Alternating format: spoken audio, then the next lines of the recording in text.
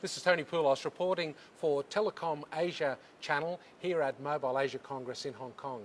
I have with me today Richard Ye, who is the Senior Director of Wireless Product Operation at ZTE Corporation. Richard, welcome. Thanks for spending some time with me today. I'd like to know firstly, how can LTE help telcos facing soaring bandwidth requirements and flat revenue growth? I think this is a challenge for all the operators right now. If they don't upgrade their network, it's very hard for them to keep the same rate. In fact, operators are feeling these difficulties. Even they double or triple or even 10 times of their bandwidth from 2G or 3G, from 1 meg to 10 meg or 40 meg here in Hong Kong. But their charging rate is still just a little bit raised. But in fact, this is a question that if you don't raise your bandwidth, that for sure you are going to lose your competitiveness. So this is a responsibility for the operator, and we think this is a kind of a highway that vendors and the operator need to improve, so that we can provide better experience for the networking, for the serving of mobile internet. So this is first the priority and the responsibility that we have to do. And the other way how to make better benefit is from either from the app store, from the services, or from the other value-added services, content, or smartphones, this kind of pads, these kind of things to get the other chances. How has the growing demand for LTE impacted your market share and growth? I think at this moment, LTE in many countries is just a startup. And talking about the contribution for the revenue, we think this is a kind of very good image and good stimulation for our wireless infrastructure. Because now for ZTE, we are one of the leading vendors for LTE. We entered the high-tier market like Japan, and we are deploying the global first and the largest TD LTE and the FDD LTE dual mode network in Sweden. And this morning we have a press conference with Hutchison 3G to commercially launch the first nationwide LTE network in Austria. And we also have a cooperation with France Telecom in Kenya. So with LTE participation and presence in including Hong Kong and China, that the vendors like ZTE are showing that how is the status of our participation contribution in the wireless infrastructure. So this is a kind of a pioneer technology that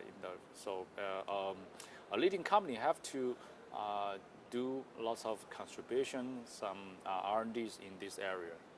And how important will LTE be for ZTE in 2012?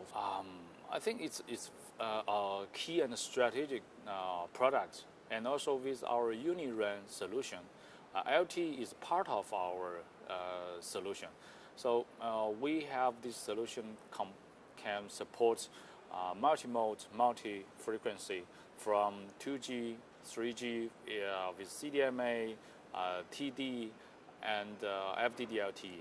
And we are also the first company in the world to make the interoperability operation among TD LTE, FDD LTE, UMTS, and GSM together with Qualcomm. So that means a real global phone or global roaming around the world is possible. And we hope to provide a green ecosystem for the industry. And for LTE, we are now already have more than 4,000 engineers dedicated in the R&D. And we continuously invest in many R&D centers.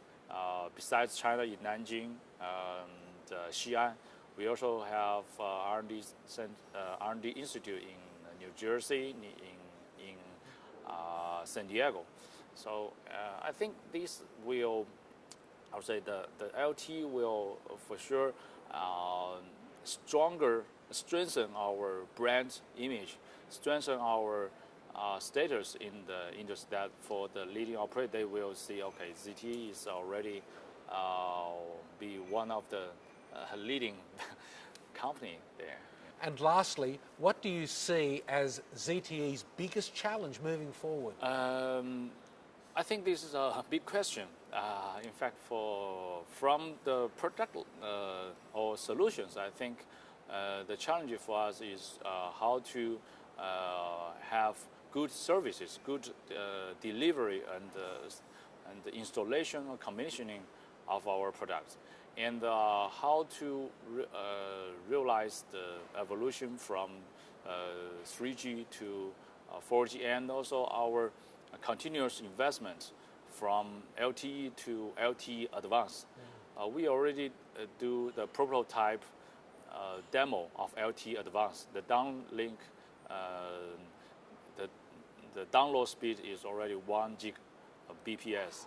So this is a challenge of how to use the existing network to upgrade with what we call SDR or software-defined radio.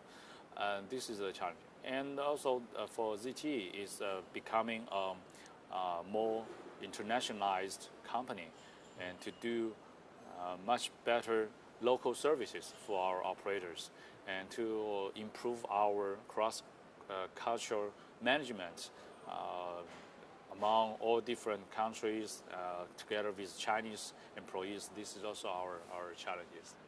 Richard, sounds like a very promising future for ZTE. I wish you well. Thank you very much.